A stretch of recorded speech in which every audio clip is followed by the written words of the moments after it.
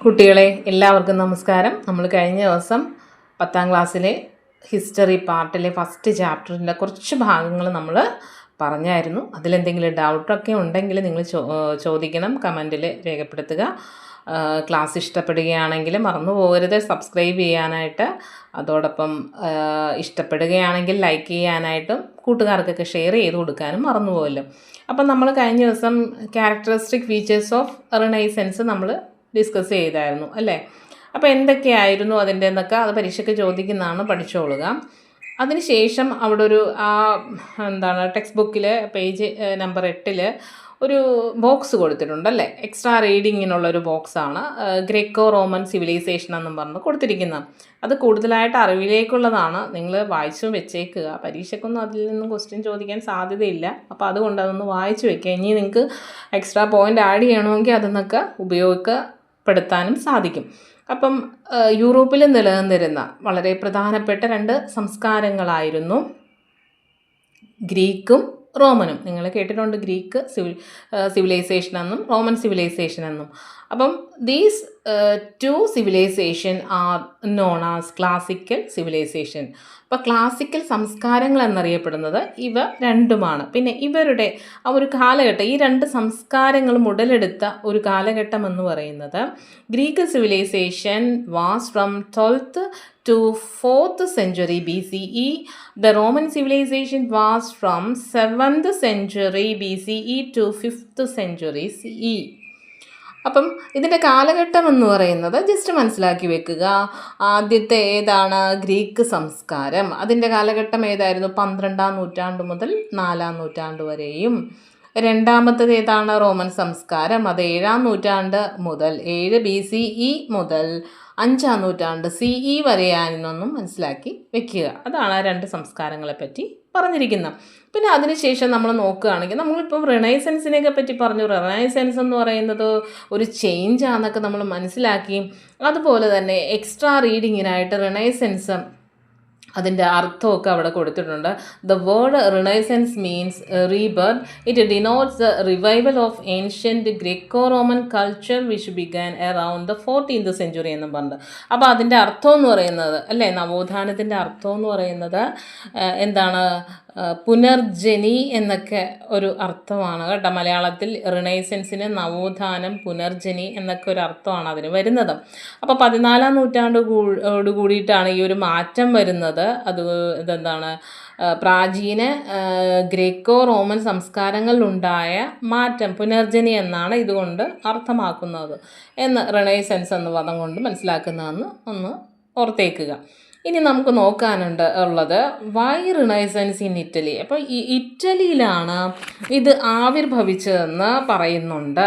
The changes were particularly evident in Italy which was part of the ancient Roman civilisation. നമുക്കറിയാം ഈ Italy എന്ന് പറയുന്നത് പ്രാചീന Roman സംസ്കാരത്തിൻ്റെ ഭാഗമായിരുന്നു ഇറ്റലി. കേട്ടല്ലോ, പ്രാചീന റോമൻ സംസ്കാരം അതിൻ്റെ ഭാഗമായിരുന്ന ഇറ്റലിയിലാണ് ഈ റിനൈസൻസ്, നവോത്ഥാനം, മാറ്റങ്ങൾ നമുക്ക് കാണാനായിട്ട് സാധിക്കുന്നത്. അതുകൊണ്ട് തന്നെ ഈ ഇറ്റലിയെ ചരിത്രകാരന്മാർ ഇറ്റലിയിൽ ആവിർഭവിച്ച ഈ മാറ്റങ്ങൾക്കാണ് ചരിത്രകാരന്മാർ നവോത്ഥാനമെന്ന് പറഞ്ഞു വെച്ചിരിക്കുന്നത്. കേട്ടല്ലോ. അപ്പോൾ ഇറ്റലിയിലെ റോമൻ സിവിലൈസേഷൻ്റെ പാർട്ടായിട്ടുള്ള ഇറ്റലിയിലാണ് നവോത്ഥാനത്തിൻ്റെ പ്രകടമായിട്ടുള്ള മാറ്റങ്ങൾ നമുക്ക് കാണാനായിട്ട് സാധിക്കുന്നത്. ഇനി റിനൈസൻസ് എന്ന് പറയുന്നത് നമ്മൾ പറഞ്ഞു that change took place in the social, economic and the political spheres of Europe എന്ന് പറഞ്ഞ് നിങ്ങൾക്ക് അങ്ങനെ വേണമെങ്കിൽ പഠിക്കാം. അല്ലെങ്കിൽ the Renaissance is considered as a period of transformation from the medieval feudalism to the modern age. അപ്പോൾ എന്താണ് നവോത്ഥാനം എന്ന് ചോദിച്ചാൽ മറ്റൊരു തരത്തിൽ നമുക്ക് എങ്ങനെ പറയാം? മധ്യകാലത്തെ ഫ്യൂഡൽ വ്യവസ്ഥയിൽ നിന്നും ആധുനിക കാലഘട്ടത്തിലേക്കുള്ള മാറ്റത്തിൻ്റെ കാലമാണ് നവോത്ഥാനം. ഇങ്ങനെ വേണമെങ്കിൽ നിങ്ങൾക്ക് പഠിക്കാം. അല്ലെങ്കിൽ നേരത്തെ നമ്മൾ പഠിച്ച പോലെ 14ാം നൂറ്റാണ്ടിൽ യൂറോപ്പിലുണ്ടായ സാമൂഹിക, സാംസ്കാരിക, സാമ്പത്തിക, രാഷ്ട്രീയ രംഗങ്ങളിലുണ്ടായ മാറ്റമാണ് നവോത്ഥാനമെന്നും അങ്ങനെയും നിങ്ങൾക്ക് പഠിക്കാം. അത് നിങ്ങളുടെ ഇഷ്ടം കേട്ടോ. ഇറ്റലിയിലെ നഗരങ്ങളിൽ കുറച്ച് വ്യത്യസ്തമായിരുന്നു എന്ന് നമുക്ക് മനസ്സിലാക്കാനായിട്ട് സാധിക്കും. ഇനി അതിൻ്റെ റീസൺസ് ഒന്ന് പഠിക്കണം. എന്തുകൊണ്ടാണ് മറ്റ് യൂറോപ്യൻ നഗരങ്ങളെ അപേക്ഷിച്ച് ഇറ്റലിയിൽ ഇത്രയ്ക്ക് പ്രാധാന്യം അല്ലെങ്കിൽ വ്യത്യസ്തത വരാൻ കാരണം? അപ്പോൾ അതിൽ 2 point. They were more independent, wealthy and dynamic. First point അടയാളപ്പെടുത്തി വെച്ച് പഠിച്ചോളുക. Traders in these cities were well aware about banking and insurance. Some of them had expertise in technical matters of trade such as bookkeeping. Many of them had become extremely wealthy through trade. അപ്പോൾ ഇതൊക്കെയാണ് പ്രധാനപ്പെട്ട കാരണങ്ങൾ. യൂറോപ്പിലെ മറ്റു നഗരങ്ങളെ അപേക്ഷിച്ച് ഇറ്റലിയിൽ കുറച്ച് നഗരങ്ങൾക്ക് പ്രത്യേകതകൾ, വ്യത്യസ്തതകൾ ഉണ്ടാകാനായിട്ടുള്ള കാരണം. ഒന്നാമത്തെ എന്തായിരുന്നു?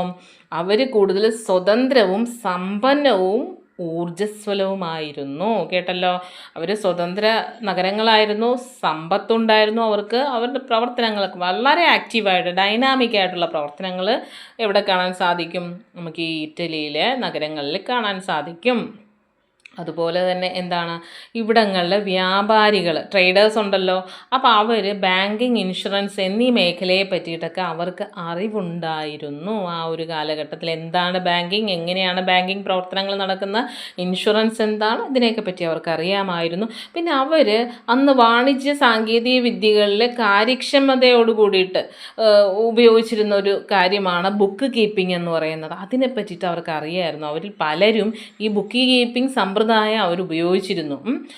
അവരിൽ നിരവധി പേർ വാണിജ്യത്തിലൂടെ സമ്പന്നരാകുകയും ചെയ്തു. ഇതൊക്കെയാണ് പ്രധാനപ്പെട്ട കാരണങ്ങൾ. എന്തുകൊണ്ടാണ് നവോത്ഥാനം ഇറ്റലിയിൽ ഉണ്ടാകാൻ കാരണം?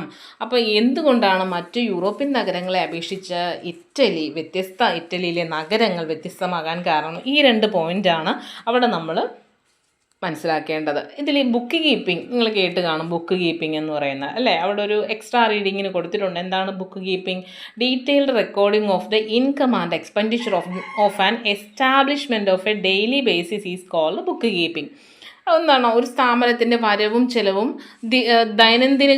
ദൈനംദിനാടിസ്ഥാനത്തിൽ ക്രമമായി രേഖപ്പെടുത്തുന്നതിനെയാണ് നമ്മൾ ദിനം തോറും ചെയ്യുന്ന നമ്മുടെ വരവും. എത്ര ഒരു ട്രേഡിംഗ് സ്ഥാപനമാകുമ്പോൾ അതിൽ അല്ലേ സാധനങ്ങൾ അവർ വിൽക്കുന്നു, അതിന് പണം കിട്ടുന്നു, അത് ചിലവാക്കും.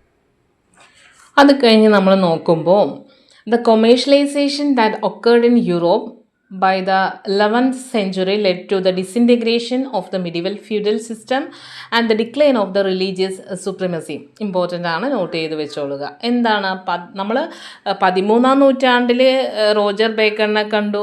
അതിനുശേഷം 14-ാം നൂറ്റാണ്ടിൽ റിനൈസൻസിനെ പറ്റി പറഞ്ഞു.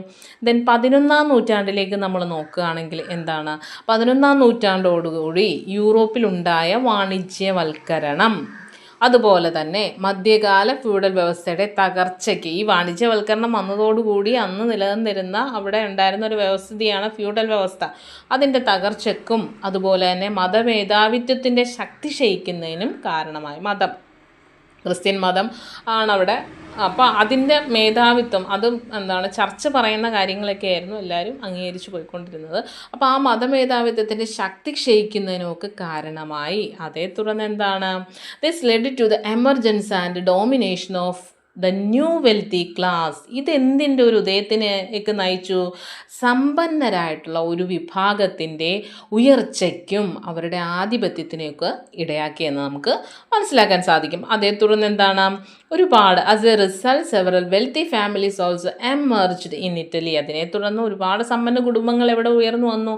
ഇറ്റലിയിൽ ഉയർന്നു വന്നു. സ്വാഭാവികമായിട്ടും സമ്പത്തുള്ള ആൾക്കാരെ സംബന്ധിച്ച് രാഷ്ട്രീയത്തിലൊക്കെ അവർ സ്വാധീനം ചെലുത്തും. അപ്പോൾ ഇവരും എന്ത് ചെയ്തു? രാഷ്ട്രീയ അധികാരത്തിൽ ഒരു പങ്കൊക്കെ ഇവർ ആവശ്യപ്പെട്ടു. They demanded a share in political power. കേട്ടല്ലോ, അതൊക്കെയാണ് 11-ാം നൂറ്റാണ്ടിലുണ്ടായ കാരണം. അതിൽ കൊമേഴ്ഷ്യലൈസേഷൻ, വാണിജ്യവൽക്കരണം എന്ന് വെച്ചാൽ പണ്ട് കൃഷി എന്ന് പറയുന്നത് എങ്ങനെയായിരുന്നു? നമ്മൾ കൃഷി ചെയ്യുന്നു, നമ്മുടെ വീട്ടിലെ ആവശ്യങ്ങൾക്ക് വേണ്ടിയിട്ട് മാത്രം, ആവശ്യം കഴിഞ്ഞിട്ട് ബാക്കിയുള്ളത് മാത്രം നമ്മളൊന്നെങ്കിൽ വിൽക്കുന്നു.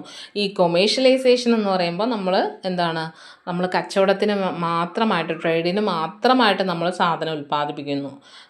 അതിനെയാണ് നമ്മൾ കൊമേഴ്ഷ്യലൈസേഷൻ എന്ന് പറയുന്നത് കേട്ടല്ലോ. അപ്പോൾ കൊമേഴ്ഷ്യലൈസേഷൻ്റെ ഭാഗമായിട്ട്, വാണിജ്യവൽക്കരണത്തിൻ്റെ ഭാഗമായിട്ടാണ് മധ്യകാല ഫ്യൂഡൽ വ്യവസ്ഥയിൽ തകർച്ചയുണ്ടായി, മതമേധാവിത്വത്തിൻ്റെ ശക്തി ക്ഷയിച്ചു, പിന്നെ ഒരു സമ്പന്ന വിഭാഗം ഉയർന്നു വന്നു, അവർ പൊളിറ്റിക്സിലൊക്കെ ആധിപത്യം സ്ഥാപിച്ചു. അതൊക്കെ നമ്മൾ കാണുന്നത്. അപ്പോൾ അതിൽ പ്രധാനപ്പെട്ട അതൊന്ന് നോട്ട് ചെയ്ത് വെച്ചേക്കണം, 11-ാം നൂറ്റാണ്ടിൽ ഉണ്ടായ സംഭവബഹുലമായിട്ടുള്ള കാര്യങ്ങൾ. അപ്പോൾ അന്ന് ആ സമയത്ത് ഏതൊക്കെ ഫാമിലിയാണ് ഡിഫറെൻറ്റ് ഇറ്റാലിയൻ ഫാമിലീസ് പിന്നെ എന്താണ് അവിടെ ഉദയം ചെയ്യുന്നുണ്ട്, അവർ ഏതൊക്കെ സിറ്റീസിലായിരുന്നു, നഗരങ്ങളിലാണ് വളർന്നു വന്നതെന്ന് നമുക്ക് നോക്കാം. ഇറ്റാലിയൻ ഫാമിലീസ് ആൻഡ് സിറ്റീസ് നിങ്ങളൊന്ന് മനസ്സിലാക്കി വെച്ചോ കേട്ടോ. അത് എന്താണ് മെഡിജി എവിടെയാണ്? ഫ്ലോറൻസ് ആണ്. സ്പോർസ എവിടെയാണ്? മിലാൻ. ഫർണീസി പാർമ. ഓർസീനി നേപ്പിൾസ്. വിസ്കൊന്തി മിലാൻ.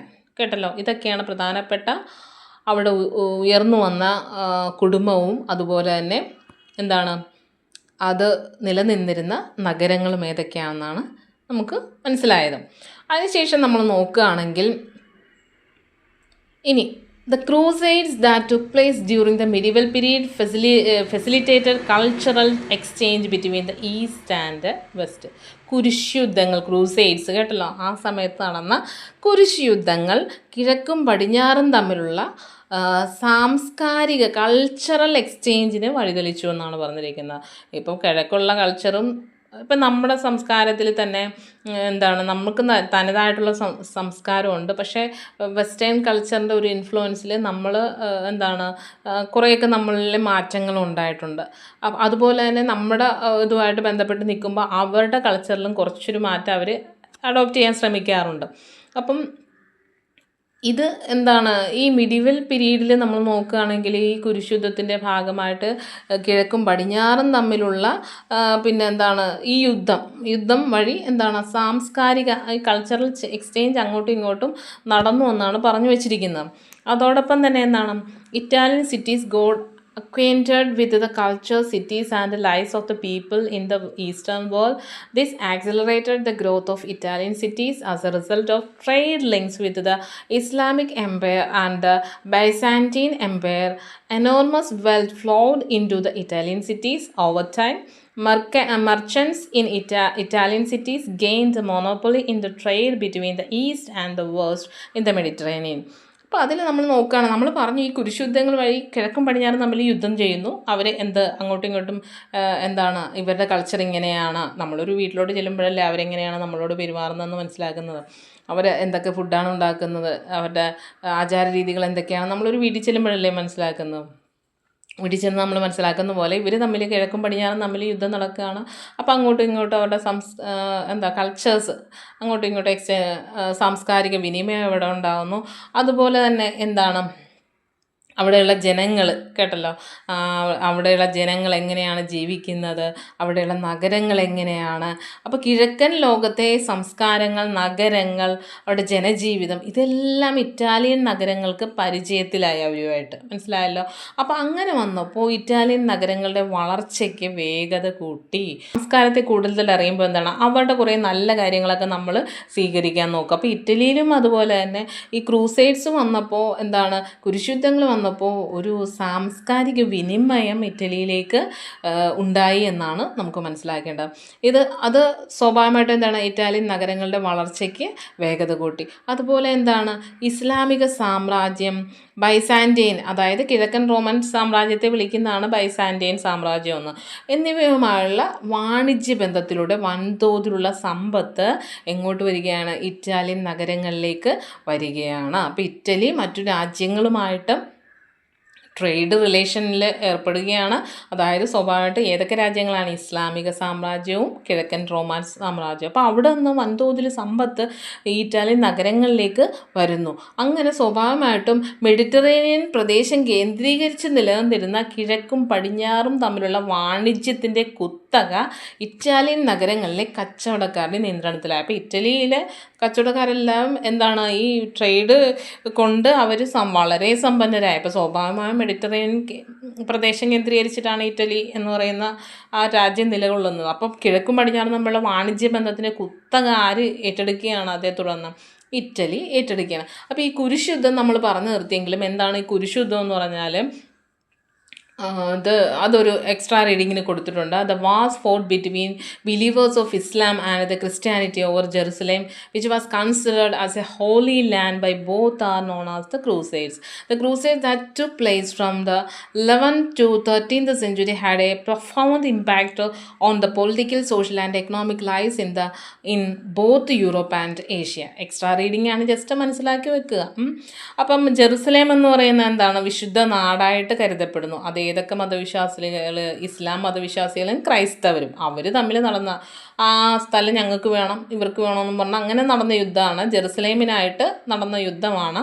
ഏതൊക്കെ മതവിശ്വാസികളാണ്? ഇസ്ലാം മതവിശ്വാസികളും ക്രൈസ്തവരും. അപ്പോൾ ആ യുദ്ധങ്ങളാണ് കുരിശ് യുദ്ധങ്ങളെന്ന് പേരിലറിയപ്പെടുന്നത്.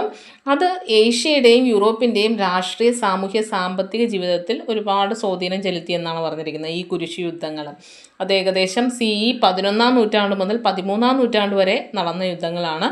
ഇതുവഴിയായിട്ട് എന്താണ്?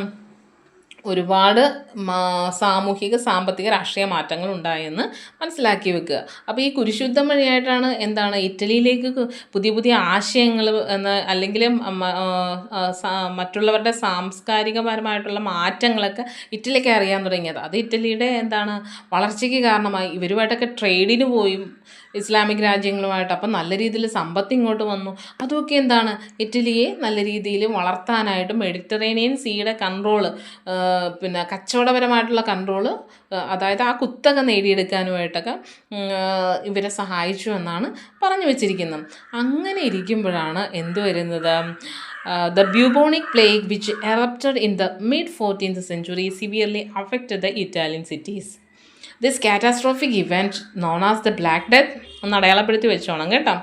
Bubonic plague claimed the lives of thousands, resulting in a severe shortage in labor. Consequently, this paved the way for the decline of medieval feudalism that was heavily reliant on the agricultural sector. Furthermore, it facilitated the emergence of a new commercial middle class. Note ചെയ്ത് വെച്ചേക്കണേ.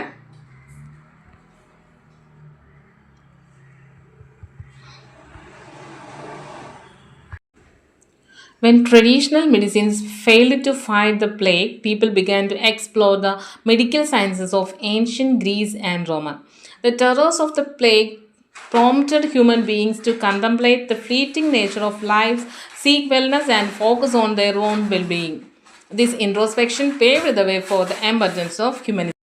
അപ്പോൾ അതിൽ പറഞ്ഞിരിക്കുന്നത് 14-ാം നൂറ്റാണ്ടിൻ്റെ മധ്യത്തോടു കൂടിയിട്ട് അവിടെ എന്താണ് ഒരു bubonic plague എന്ന് പറയുന്ന മഹാമാരിയെ പറ്റിയിട്ടൊക്കെ നമ്മൾ കേട്ടിട്ടുണ്ട്. പ്ലേഗ് അല്ലേ? നമ്മുടെ ഇന്ത്യയിലൊക്കെ പ്ലേഗ് ഉണ്ടായിട്ട് ഒരുപാട് ആൾക്കാരൊക്കെ മരിച്ചിട്ടുമുള്ളതാണ്. അപ്പോൾ അവിടെ ഒരു ബ്യൂബോണിക് പ്ലേഗ് എന്ന് പറയുന്ന ഒരു മഹാമാരി എവിടെ സംഭവിക്കുകയാണ്? ഇറ്റാലിയൻ നഗരങ്ങളിൽ സംഭവിക്കുകയാണ്. സ്വാഭാവികമായിട്ടും അതെന്താണ്? ആ നഗരങ്ങളെ സാരമായിട്ട് ബാധിച്ചു. അതെന്ത് പേരിലാണ് അറിയപ്പെടുന്നത്? ബ്ലാക്ക് ഡെത്ത് എന്ന പേരിലാണ് അറിയപ്പെടുന്നത്. അതിലൊരുപാട് ആൾക്കാർ മരണപ്പെട്ടു. ആരാണ് കൂടുതലും മരണപ്പെട്ടത്?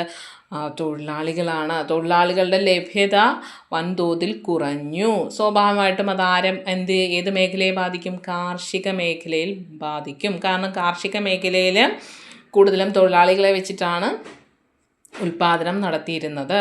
അപ്പോൾ അന്ന് കാർഷിക മേഖലയെ ആശ്രയിച്ച് നിലനിന്നിരുന്ന മധ്യകാല ഫ്യൂഡൽ വ്യവസ്ഥയുടെ തകർച്ച നോട്ട് ചെയ്തേക്കണം. 11-ാം നൂറ്റാണ്ടിലെ മധ്യകാല ഫ്യൂഡൽ വ്യവസ്ഥ തകരാനുണ്ടായ ഒരു കാരണം നമ്മൾ പറഞ്ഞു, വാണിജ്യവൽക്കരണം, കൊമേഴ്ഷ്യലൈസേഷനും അതുപോലെ തന്നെ അതേ തുടർന്ന് ഫ്യൂഡൽ വ്യവസ്ഥ തകർന്നു എന്ന് നമ്മൾ പറഞ്ഞു. പിന്നെ ഈ ബ്യൂബോണിക് പ്ലേഗും ഫ്യൂഡൽ വ്യവസ്ഥ തകരാൻ കാരണമാണെന്ന് മനസ്സിലാക്കി വെച്ചോളുക.